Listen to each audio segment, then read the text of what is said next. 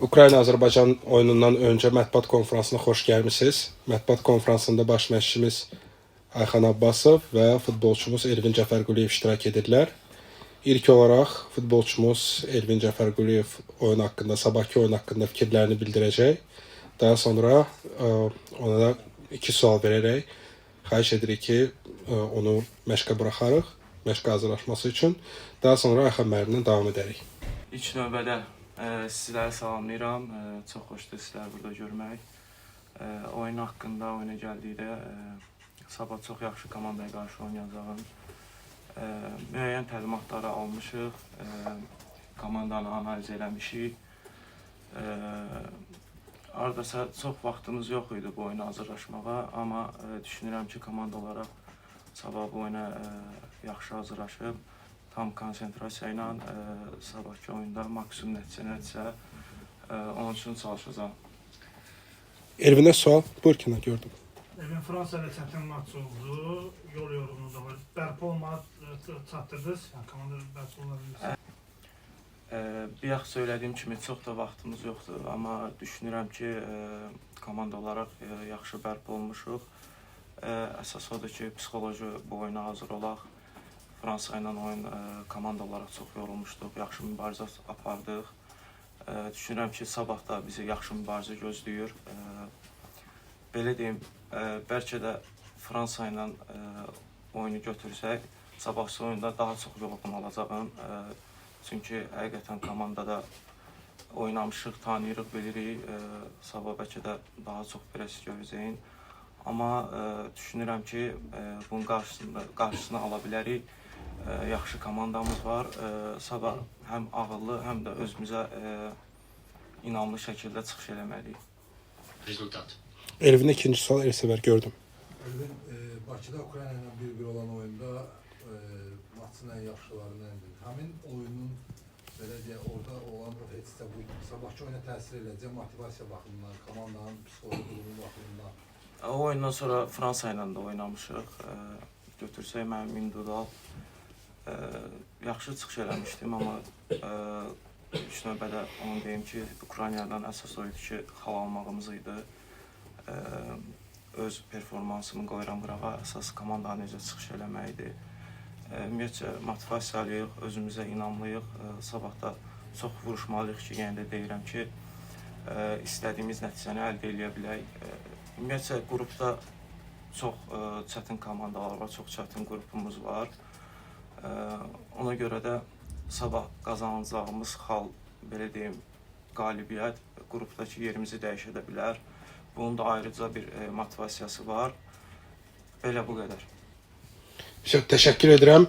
Elvini məşqə hazırlaşması üçün yola salaq. Daha sonra indi Ayxan müəllimlə davam edəcəyik. Ayxan müəllim öz oyun haqqında öz fikirlərini bildirsin. Daha sonra bir-bir suallara keçə bilərik. Axşamınız xeyir, mən də hər kəsi salamlayıram. Əlbəttə, sabah bizi yenə gərgin oyun gözləyir. Bu pauzada, yəni bu milli pauzasında ikinci oyunumuzu oynayacağıq. İlk oyun Fransa ilə səfərdə, yenə Ukrayna ilə səfərdə. Əlbəttə, iki səfərdə oyun da çətindir. Amma buna baxmayaraq, bu oyunların arasında da 3 gün pauza, biraz nə qədər də desək, futbolçular yorğunçuluq olur. Amma çalışacağıq ki, nələrsə dəyişək, daha yaxşı olaq. Komandaya inanıram, futbolçulara inanıram ki, bu mübarizəni necə ki, Fransa ilə meydançada mübarizəni aparırdılar, bu oyunda da aparmalıyıq və bu oyunda biraz da daha yaxşı olmalıyıq. Çünki əgər xal qazanmaq istəyiriksə, əlbəttə demək ki, nələrsə çatmadı. Rəqib də bilirik ki, bu oyuna final kimi yanaşır. Çünki son oyunda ağır səfərdən belə deyək, mühüm qələbə qazandılar. Bilirik ki, İslandiyada bütün komandalara qarşı oynamaq çətindir və səfərdə qalibiyyətlə şanslarını çıxartdılar. Onların da gücü bəllidir. Bilirik ki, evdə bizlə bərabərə qaldıqdan sonra bizə daha belə deyək, yanaşmaları başqa cür olacaq. Amma bu bizi çəkindirmir. Əlbəttə, yenə də həmişə dediyim kimi, əgər biz gələcəyə nikbin baxmaq istəyiriksə, bu oyunlarda mübarizə aparmalıyıq çəkinmədən. Ona görə futbolçularıma da bunu bildirmişik və inanıram ki, sabah yaxşı mübarizəni apara biləcəyik. Çünkü повторить, будь ласка, другий. Səhv eləmirəmsə elə ki, ilk oyunda əks hücumlardan oynamağa çalışdı. Чи плануєте грати в низькому блоці і на контратаках, або будете грати сміливіше? Siz öyle düşünürsünüz ki aşağı oyun olacak. Aşağı blok veya Aşağı- ek hücumla oynayacaksınız yoksa Yo, başa düşdük. Həyəcanlanmasın. Belə deyək də, əlbəttə, necə ki, Ukrayna Fransaya qarşı mübarizə aparırdı, rəqib ondan üstün idi. Gördük ki, Ukrayna da tələsmədi, bütün oyunu müdafiədə keçirdi və əks hücumlarda bel bağlayırdı standart vəziyyətdə. Bu normaldır. Bu gün də bizlə Ukraynanın arasındakı fərq də məlumdur. Bu oyunun gedişatı da önəmlidir. Bəzən çalışdığımız, istədiyimiz nə dərəcədə alınacaq, alınmayacaq, o da önəmlidir. İndi bəzi fikirlərimiz var. Əlbəttə bunu bugün deməyimiz düzgün olmaz. Sabah inşallah rəqibə görə də bəzi dəyişikliklər olacaq. Yəni əsas odur ki, mübarizə aparacağıq, bir fikrimiz var, onu futbolçular çalışacaqlar ki, həyata keçirsinlər. Buyurun, Gündüz sual gördüm. Tak. Ukrayna komandasının hansı tərəflərini güclü sayırsınız, hansı tərəflərini zəif sayırsınız və hansı oyunculardan ən güclünü Konkret çəkinir. tanırsınız?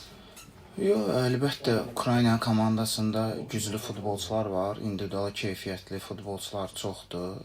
Son oyunda da bunu göstərdi. İndi əlbəttə bu oyuncuları da komandamıza təhlildə göstərmişik. Hücum xəttində oynayan bütün futbolçular yaxşıdır. Görürük bugün Avropada yaxşı komandalarda çıxış edirlər.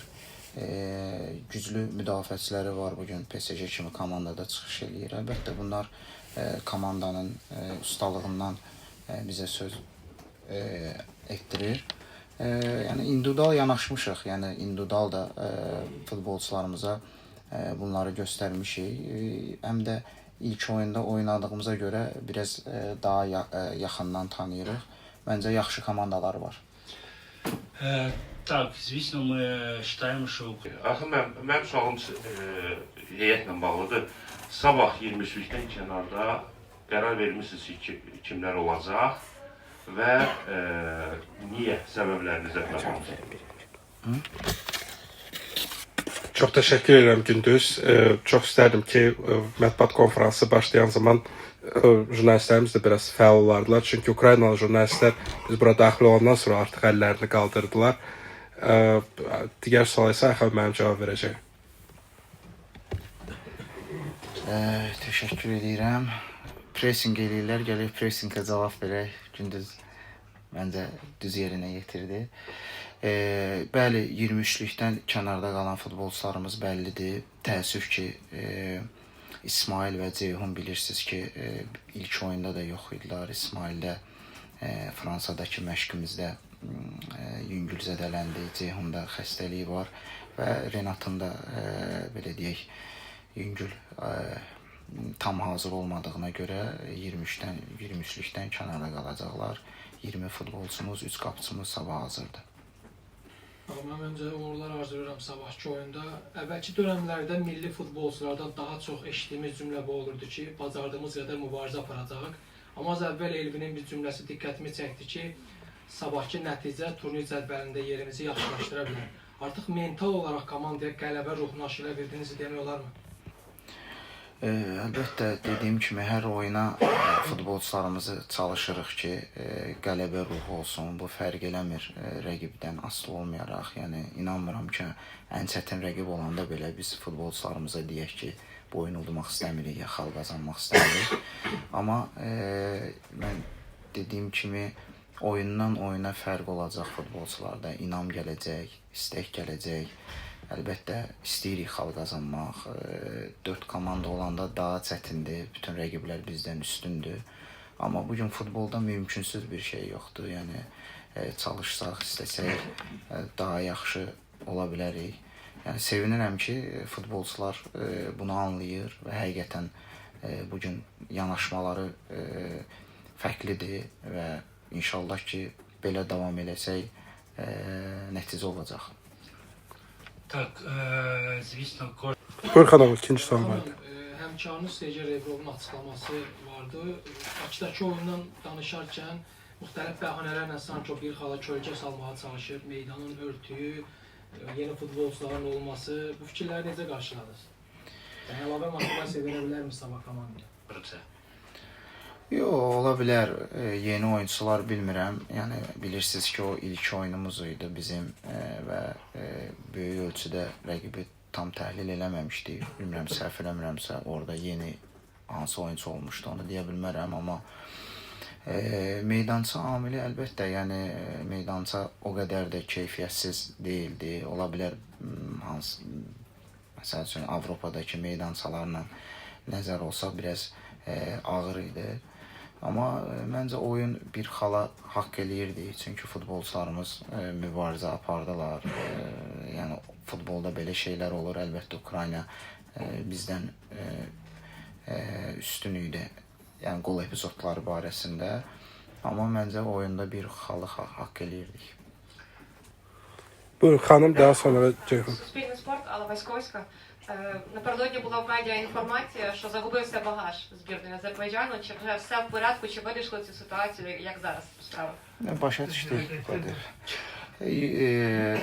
Yox, məşq eləmişik, elə problem olmuyor. Bəli, biraz nələrsə gecikmişdi, amma dünənki planımızda böyük bir dəyişiklik olmadı. Çünki yol gəlirdik, bərpamızı qaldığımız oteldə keçdi, oynamayan futbolçular məşq elədi. Yəni elə bir problem olmayıb. Yəqin ki, bu da hardasa təzyiq deyək, onlardan biridir, amma heç bir problem yoxdur, hər şey qaydasında. Son sual, 55-də bitiririk. Axı mən də Rebrovun bir ifadəsini xatırlatmaq istəyirəm. Bugün deyib ki, bizə xalq Azərbaycandan çox lazımdır. Cavabını verək. Futbolçularıma bir kəlmə dedim. Dedim ki, biz İslandiya oyununu çox vacib eləyə bilərik. Yəni, bu həyəcanı məncə haqq eləyirlər yaşamaq. Qismət. Yəni, çox istəyərdim ki, evdə İslandiya oyunu bizim üçün çox vacib olsun.